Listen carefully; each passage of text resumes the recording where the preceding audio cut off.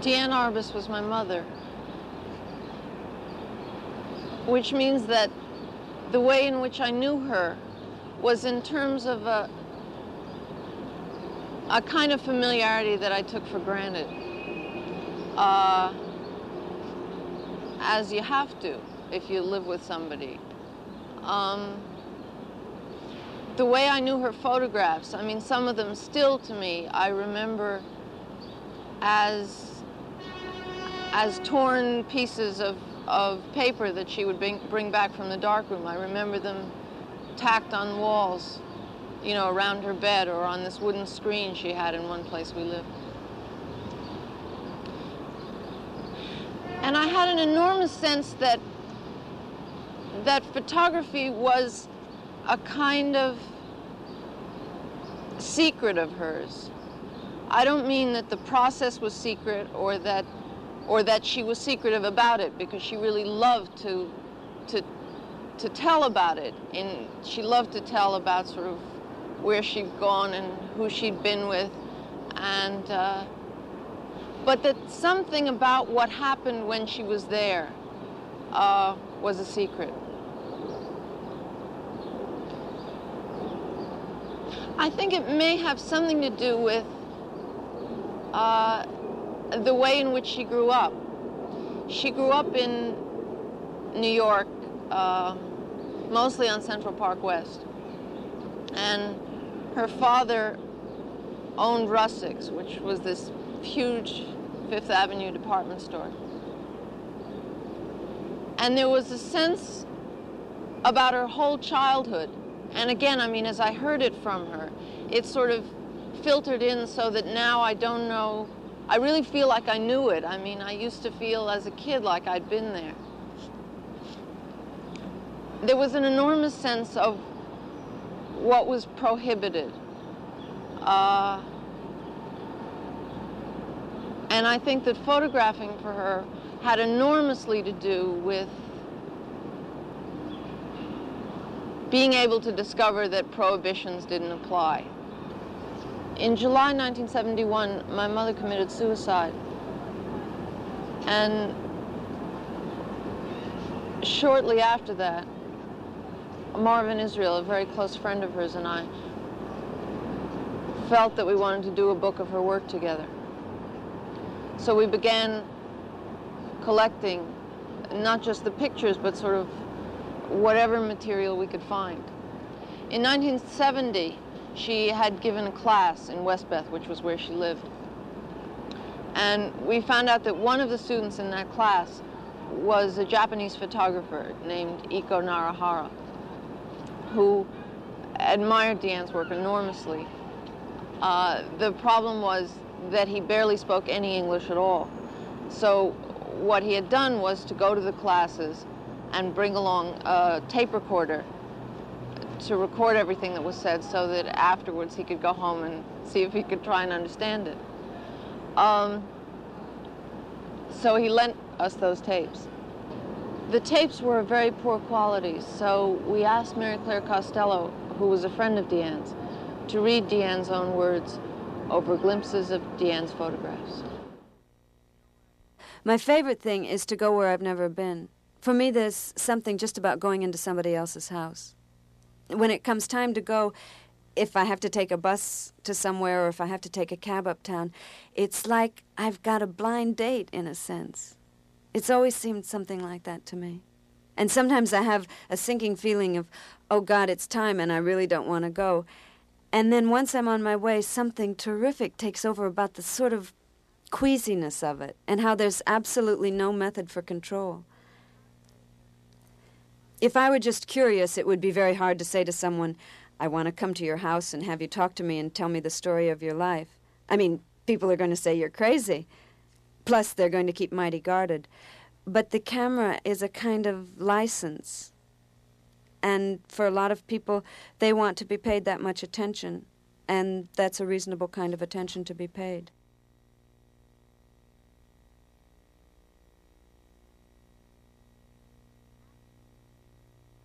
Actually, they tend to like me. I'm extremely likable with them. I think I'm kind of two-faced.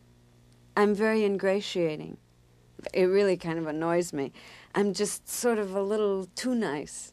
Everything is, oh. And I hear myself saying, how terrific. And here's this woman making a face. I really mean it's terrific. I don't mean I wish I looked like that.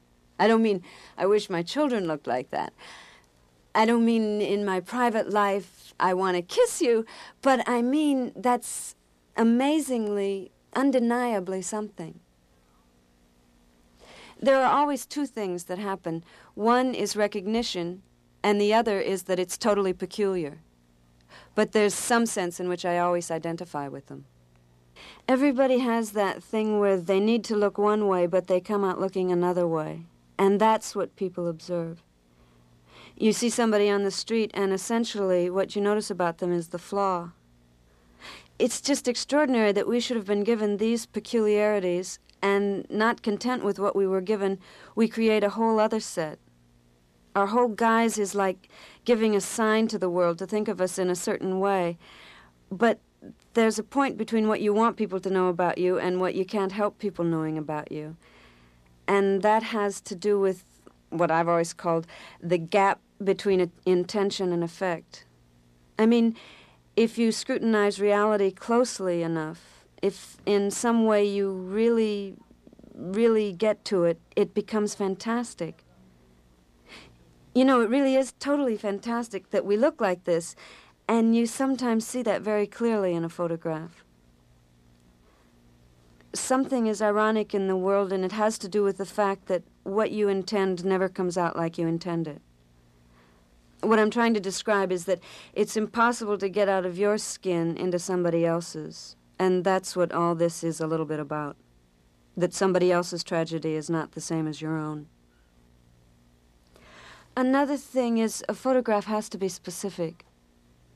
I remember a long time ago when I first began to photograph, I thought there are an awful lot of people in the world and it's going to be terribly hard to photograph all of them. So if I photograph some kind of generalized human being, everybody will recognize it. It'll be like what they used to call the common man or something like that. It was my teacher, Lisette Model, who finally made it clear to me that the more specific you are, the more general it'll be. You really have to face that thing. And there are certain evasions, certain nicenesses that I think you have to get out of.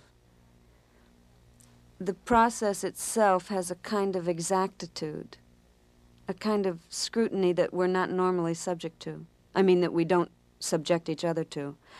We're nicer to each other than the intervention of the camera is going to make us. It's a little bit cold, a little bit harsh. Now, I don't mean to say that all photographs have to be mean. Sometimes they show something really nicer, in fact, than what you felt, or oddly different.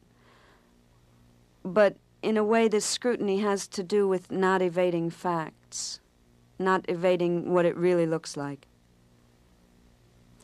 Freaks was a thing I photographed a lot.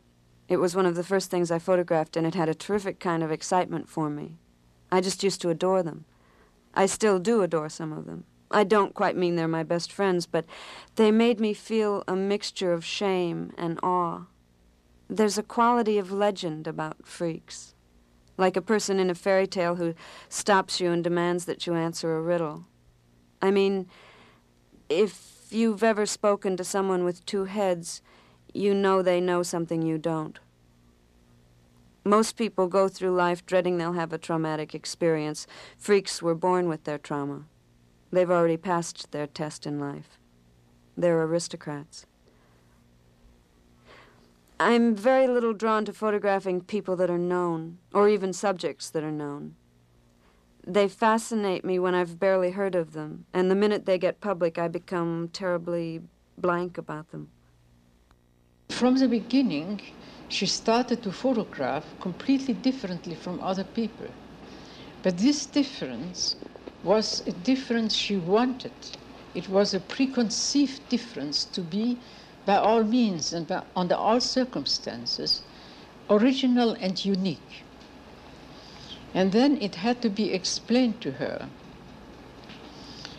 that there are great artists in every era who are so new and so different that nobody can understand them. The ears or the eyes are not used to it. And they maybe the ones who really contribute to the medium. But at the same time, there are other artists, and they work also in a non-understandable kind of a way. Nobody could understand what they are doing. And they are phonies, and they work with illusions and fantasies. And that this kind of a difference is extremely important to understand. So Diane said to me, you know, she said, I went to the School of Culture, Ethical Culture, where a child, whatever a child did, was considered the work of a genius. So I had never an occasion to find out what's good, what's bad, what's truth, and what's false. And from that moment on, Diane did not bring any more of these pictures. And she started in another way. She had an enormous, different kind of wide subject matter range. And besides the subject matter she had in usual things, she had also her specific subject matter, which of course was the most important, which was to photograph freaks, homosexuals, lesbians, cripples, sick people, dying people, dead people. But she did it very differently from other people. You see, most people look away when they see this subject matter, whereas Diane did not look away, and that takes courage and independence. And I think it is the first time, as far as I know, in history of photography, that somebody would photograph this kind of people who are discriminated, and we are afraid to look at them, because deep down in ourselves we feel we are still crippled somewhere, even if it isn't outside. And she photographed them humanly, seriously, and functioning in their lives. And that was an extraordinary kind of an achievement. She said once to me she wanted to have stillness in her photographs. And she posed everybody, either in the streets or in their homes, and let them look directly at her or into the camera. And by doing so, one would have believed that would freeze the picture, but it was just the opposite. Her influence upon these people and their reaction to her made the picture as spontaneous as if it were not posed. That was a great contribution.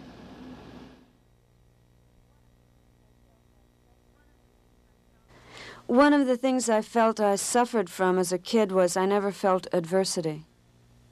I was confirmed in a sense of unreality, which I could only feel as unreality. And that sense of being immune was, ludicrous as it seems, a painful one. It was as if I didn't inherit my own kingdom for a long time.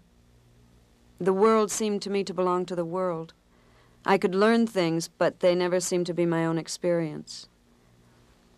I wasn't a child with tremendous yearnings. I didn't worship heroes. I didn't long to play the piano or anything. I did paint, but I hated painting, and I quit right after high school because I was continually told how terrific I was. It was like self-expression time, and I was in a private school, and their tendency was to say, "What would you like to do?" And then you did something, and they said, "How terrific." It made me feel shaky. I remember I hated the smell of the paint and the noise it would make when I put my brush to the paper. Sometimes I would not really look, but just listen to this horrible sort of squish, squish, squish. I didn't want to be told I was terrific. I had a sense that if I was so terrific at it, it wasn't worth doing. I like to put things up around my bed all the time, pictures of mine that I like and other things, and I change it every month or so. There's some funny subliminal thing that happens. It isn't just looking at it, it's looking at it when you're not looking at it. It really begins to act on you in a funny way. I suppose a lot of these observations are bound to be after the fact. I mean, there's nothing you can do to yourself to get yourself to work. You can't make yourself work by putting up something beautiful on the wall, or by knowing yourself. Very often, knowing yourself isn't really going to lead you anywhere. Sometimes it's going to leave you kind of blank, Like, here I am, there's a me, I've got a history, I've got things that are mysterious to me in the world, and I've got things that bug me in the world. But there are moments when all that doesn't seem to avail.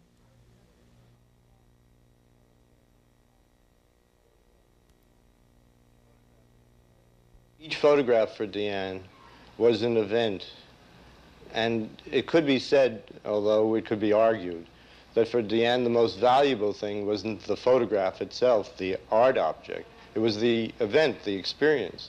I mean, she was absolutely moved by every single event that took place, and she would narrate them in detail. And she wouldn't just say, I took a photograph of so-and-so in their home.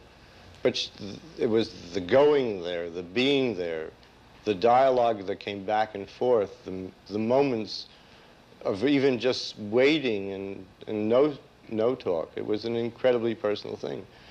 And once you become an adventurer, because Diane was really an adventurer, she went places that no one had ever gone to. They were scary. And once you have become an adventurer, you're geared to adventure. You seek out further adventures. And your life is really based upon them. And I've said that the photograph is like her trophy. It's what she received as the reward for this adventure, just like some guy climbs Mount Everest, you know, and he has a flag in his hand. And you see him there. Diane has the photograph. I used to have a theory about photographing. It was a sense of getting in between two actions, or in between action and repose. I don't mean to make a big deal of it. It was just like an expression I didn't see or wouldn't have seen. One of the excitements of strobe at one time was that you were essentially blind at the moment you took the picture. I mean, it alters light enormously and reveals things you don't see. In fact, that's what made me really sick of it. I began to miss light like it really is. And now I'm trying to get back to some kind of obscurity, where at least there's normal obscurity. Lately, I've been struck with how I really love what you can't see in a photograph, an actual physical darkness. It's very thrilling for me to see darkness again. What's thrilling to me about what's called technique, I hate to call it that because it sounds like something up your sleeve, but what moves me about it is that it comes from some mysterious, deep place. I mean, it can have something to do with the paper and the developer and all that stuff, but it comes mostly from some very deep choices somebody has made that take a long time and keep haunting them. Invention is mostly this kind of subtle, inevitable thing. People get closer to the beauty of their invention. They get narrower and more particular in it. Invention has a lot to do with a certain kind of light some people have and with the print quality and the choice of subject. It's a million choices you make. It's luck, in a sense, or even ill luck. Some people hate a kind of complexity.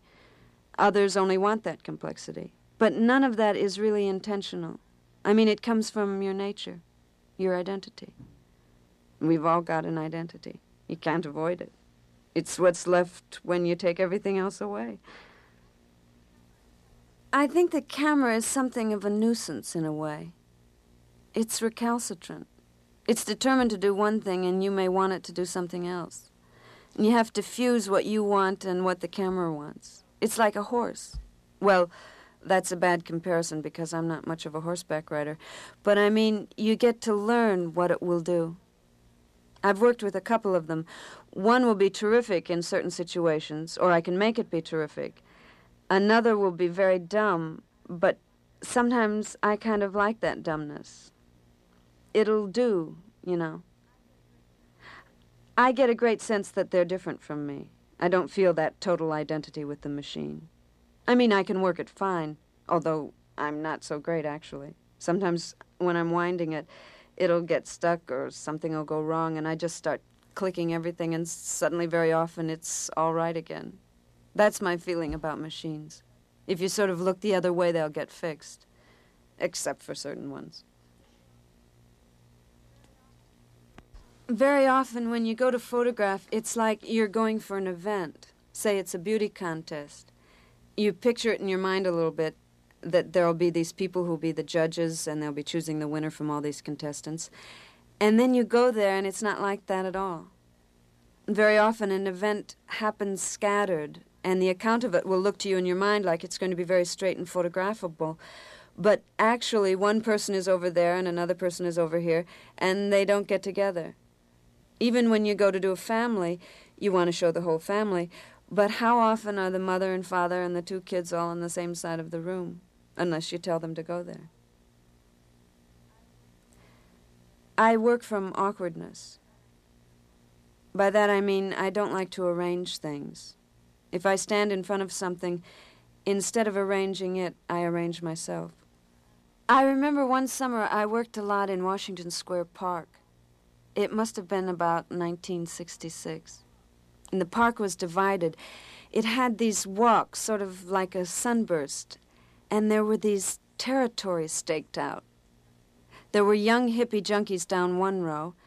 There were lesbians down another, really tough, amazingly hardcore lesbians. And in the middle were winos. They were like the first echelon. And the girls who came from the Bronx to become hippies would have to sleep with the winos to get to sit on the other part with the junkie hippies. It was really remarkable. And I found it very scary. I mean, I could become a million things, but I could never become that, whatever all those people were. There were days I just couldn't do it. And then there were days I could. And then having done it a little, I could do it more. I got to know a few of them. I hung around a lot. They were very much like sculptures in a funny way. I was very keen to get very close to them, so I had to ask to photograph them. You can't get that close to somebody and not say a word, although I have done that.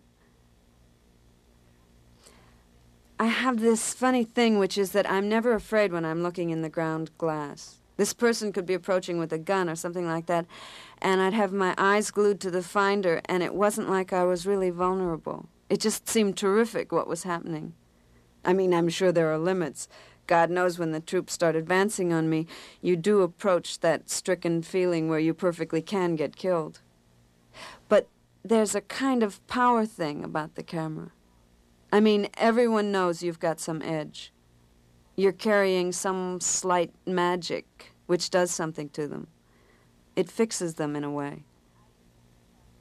I used to think I was shy, and I got incredibly persistent in the shyness. I remember enjoying enormously the situation of being put off and having to wait. I still do. I suppose I used the waiting time for a kind of nervousness, for getting calm, or, I don't know, just waiting. It isn't such a productive time. It's a really boring time. I remember once I went to this female impersonator club, and I waited about 4 hours, and then I couldn't photograph, and they told me to come back another night. But somehow I learned to like that experience because while being bored, I was also entranced. I mean, it was boring, but it was also mysterious. People would pass. And also I had a sense of what there was to photograph that I couldn't actually photograph, which I think is quite enjoyable sometimes. The Chinese have a theory that you pass through boredom into fascination, and I think it's true. I would never choose a subject for what it means to me or what I think about it. You just choose a subject, and what you feel about it, what it means, begins to unfold if you just plain choose a subject and do it enough. So much of photography has been concerned, perhaps especially in recent decades, with making the photograph look good, almost with a kind of visual athletics, perhaps, with formal games that can be played so well and so enchantingly and fascinatingly with photography, or with more peripheral problems, such as how to make photography look like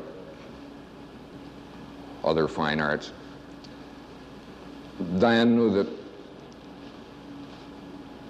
Edward Steichen said once that photography was born perfect.